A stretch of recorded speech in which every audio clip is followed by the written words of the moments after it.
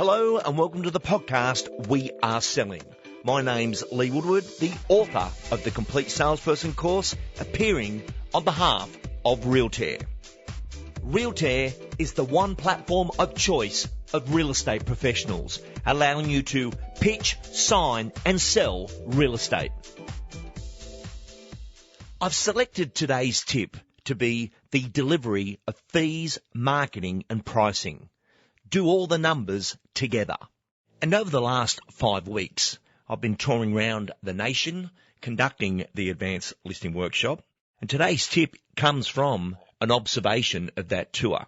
And what I learned is many of the agents would not put the fee forward, meaning they're waiting for the owner to say, so what's your fees? And when that happens, you're actually on the back foot, which is completely different to being on the front foot where you're saying, let's discuss all the numbers that are involved in the investment and the return out of the sale for you.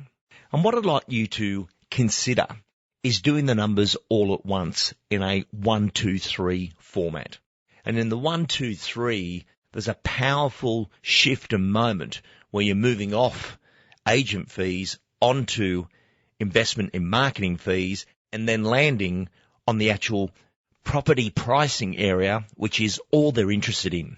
By putting the agent fees first, marketing second, house third, you've got a beautiful runway away from that usual sticky conversation about commission. And by the way, I believe you should be passionate and proud of your fees. But what happens is the consumer has to ask the agent because they don't bring it up. And the agent has different fees on different days from different brands. And this is where the owner does have a genuine concern. It's like they've loaded their house into a shopping trolley. They're coming down to the checkout at a Coles or Woolies, but depending on which checkout you choose for the exact same product, there is a massive difference in price. That's confusing to the owner versus we all used to be the same fees in real estate, and then that changed. So as the seller, it's very confusing to understand the fee structure. And then the agent tells you one fee and then agrees to do it for a lesser fee. That's even more confusing. And an owner can really like an agent and think, but I have no idea what they're charging because they haven't told me, and the agent hasn't told them because they don't want to bring it up. And there's got to be a better way to do this, and there is, and it's the 1, 2, 3. And if you were delivering this as dialogue, it would sound something like this. You're going through your listing conversation and all's going well.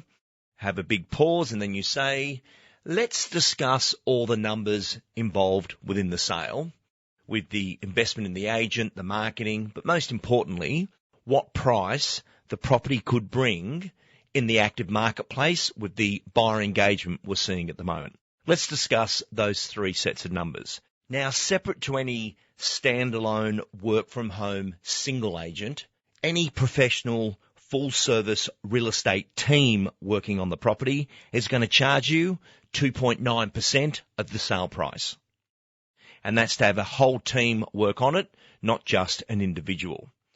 With the marketing, I would suggest an investment of $3,000 to $5,000 would be a really good number to showcase the property with styling.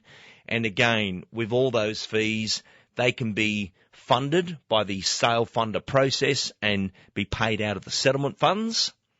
And then finally, let's discuss the pricing of the property that allows us to understand how much is going to be left over in those final funds that we bank into your nominated bank account. Out of dialogue for the moment, as you can listen to that, fees have been mentioned, marketing's been discussed, and then we're moving on to what they want to speak about, what's the property actually going to get.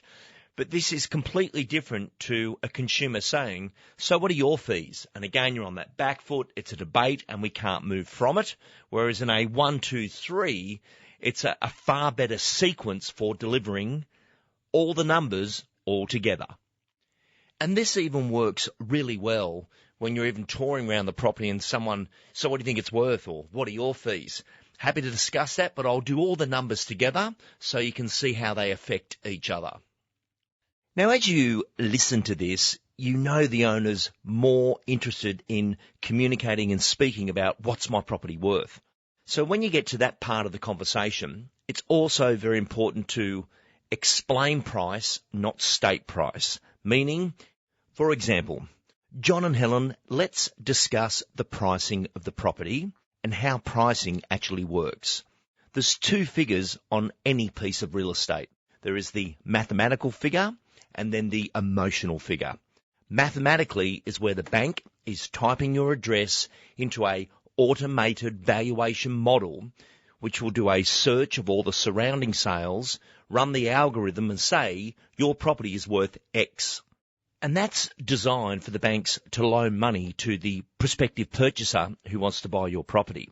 However, the emotional figure is from our work with attract, engage, commit. We get someone absolutely in love with the property. They agree to pay that price, and that is our emotional figure from the live market.